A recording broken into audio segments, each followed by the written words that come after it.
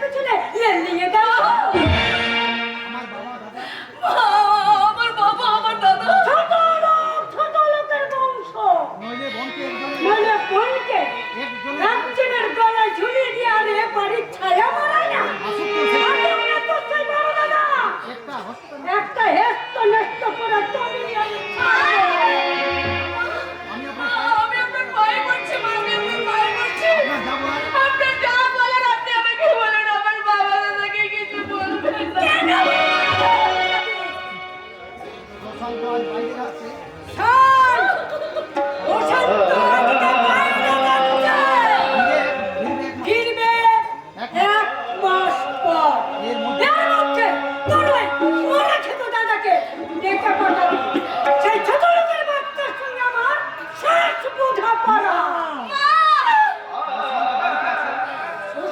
বাড়িতে আছে তাই আজ পর্যন্ত আমি তোকে কিচ্ছু বলিনি। আমার আসল বক্তব্য শুনতে পাবি প্রশান্ত চলে যাবার পর। এখন যা, এখান থেকে যা বলছি। তবু দাঁড়িয়েছে যাবে না, করতে হবে। আমি যাচ্ছি, আমি যাচ্ছি।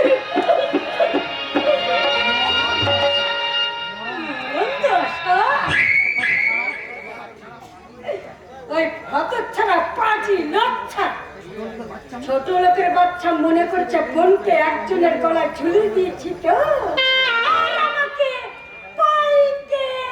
গাছে না উঠে এক কাঁদি, কিন্তু না, আমি তার কিছুতেই হতে দেব না। আমার মায়াশীল শরীর, তাই বড় জোর ডান সাবিত্রীটা আমি ছেড়ে দিতে পারি, কিন্তু 1 লাখ টাকা আমার চাই।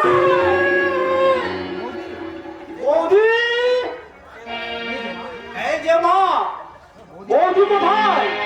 কেন সেই অনামুখীকে আবার তোর কি দরকার পড়লো? মা, আর তুমি এভাবে কথা বলছো কেন? বৌদি মধুমুখী, তার মুখে মধুর কথা শুনে শুনে আমার কথা এখন তোর কাছে তেতো লাগছে, তাই না? মা, আজ তোমার মুখে কি ভাষা? দাদা হঠাৎ বিয়ে করে এনেছো বলে তাই হয়তো তুমি একটু মন ক্ষুণ্ণ হয়েছো, তাই বলে লক্ষ্মী প্রতিমা বৌদির নামে তুমি ওই ছোট লোকের পেটি তাহলে তোকে ভালোই মন্ত্র দিয়েছে দেখছি। চুপ করো মা, তুমি চুপ করো। তোমার কথা শুনে আমি বুঝে উঠতে পারছি না যে আমি কার সঙ্গে কথা বলছি।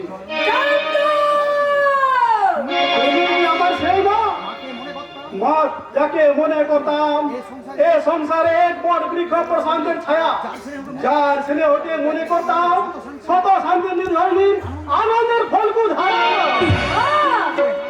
ওই হারামজাদা তোকে ভালোই বাস করেছে দেখছি। নইলে যে কোনদিন আমার সামনে মাথা উঁচু করে কথা বলতে পারে না, সে কিনা আজ তোমার আজ